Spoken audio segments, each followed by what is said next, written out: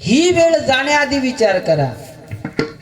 मग तुम्ही जीवनामध्ये जन्माला आल्यानंतर कोणता ना कोणता विचार करताना, मग कोणताही विचार करण्यापेक्षा तुकोबराय सांगतात काय,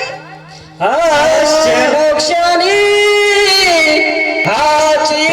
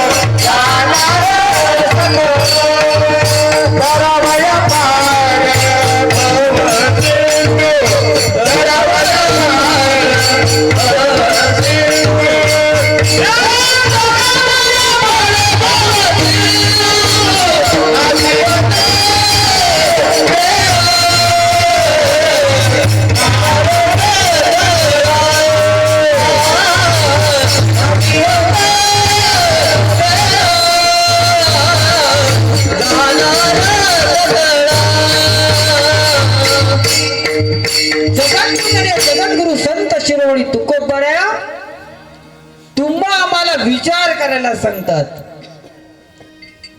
कोणता विचार? क्षणोक्षणी हाची करावा विचार. बघा, प्रत्येक क्षणाला विचार करणं आणि क्षणाला विचार करणं यामध्ये खूप फरक आहे. क्षणाला विचार करणं आणि क्षणाला विचार करणं. क्षणाला म्हणजे कोणत्या तरी ठिकाणी, कोणत्या तरी वेळी, पण क्षणाला सांगितलं या ठिकाणी म्हणजे प्रत्येक वेळी. बरोबर की नाही? ज्ञानेश्वर महाराज सुद्धा एका ठिकाणी वर्णन करतात क्षणाचा. देवाची या द्वारी उभा क्षणभरी तेने मुक्तिचारी साधिल्या. मग मला सांगा, क्षण म्हणजे किती हो? पापणी पडते त्याला क्षण म्हणतात. घड्याळाचा सेकंद काटा पडतो त्याला क्षण म्हणतात. की जन्माला आल्यापासून मृत्यूच्या समयापर्यंत क्षण म्हणतात. व्यावहारिक जीवनाचा क्षण जर तुम्ही आम्ही पाहिला तर व्यावहारिक जीवनामध्ये क्षण निराळा आहे आणि पारमार्थिक जीवनाचा क्षण निराळा आहे. तो पारमार्थिक जीवनामध्ये जो काही आपण क्षण व्यतीत करतो, म्हणजेच जन्माला आल्यापासून मृत्यूच्या समयापर्यंत तुम्ही विचार करा. कोणता विचार करा? तरावया पार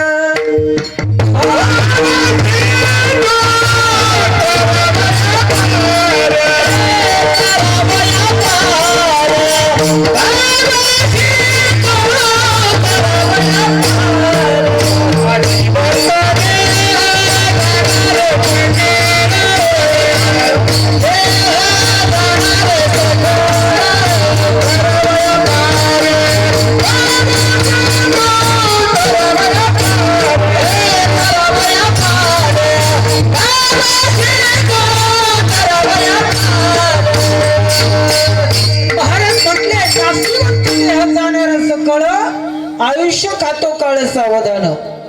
पण आधी काय सांगतात? तुम्ही विचार करा. पण कोणता? तरावया पार भव सिंधू. भव नावाचा सिंधू तरुण जाण्याकरिता विचार करा. मग आता विश्लेषण बघा. भव म्हणजे संसार, संसार रूपी सागर. सिंधू म्हणजे काय हो? सिंधू म्हणजे समुद्र, सिंधू म्हणजे नदी सुद्धा आहे बरं का, सिंधू नावाची नदी आहे. तर या ठिकाणी तुकोबारायांना सांगण्याचं तात्पर्य काय आहे की तुम्हाला जर तरायचा असेल तर भव नाम म्हणजेच संसार रूपी सागर तरण्याचा विचार करा. पण तो कसा करा तर प्रत्येक क्षणाला करा. म्हणून तुकोबाराय सांगतात क्षणोक्षणी हाची करावा विचार आणि तरावया पार भव सिंधू. बरोबर की नाही. आता भव सिंधू सांगितलंय आणि सागराची खोली किती असते ही जोपर्यंत आपण सागरात उडी मारल्याशिवाय आपल्याला कळत नाही, नाही का.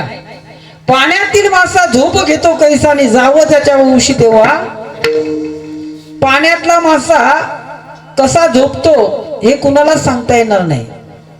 पण जेव्हा मासा म्हणून आपण समुद्रामध्ये जाऊ तेव्हाच त्याच्या झोपेचं निदान आपल्याला करता येईल, अन्यथा करता येणार नाही. तसं समुद्राच्या तळाला जाऊन पाहिल्याशिवाय आपल्याला समुद्राची खोलीचा अंदाज येणार नाही. बरोबर की नाही. आणि तो भव सिंधू आपल्याला तरून जायचा आहे. कोणता भव नावाचा सिंधू म्हणजे संसार रूपी सागर आपल्याला तरून जायचंय. मग संसार रूपी सागरामध्ये आपण आलोय परंतु संसार रूपी सागराच्या तळाला आपण पोहोचलेलो नाही. आपण वरच्या वर व्यावहारिक जीवनामध्ये फिरतोय आणि या क्षणिक सुखाच्या भोवऱ्यामध्ये तुम्ही आम्ही अडकलेलो आहोत. बघा साधू संतांनी या संसाराची व्याख्या सांगत असताना संसार किती दुःखमय आहे हे पटवून देत असताना संसाराचं मूळ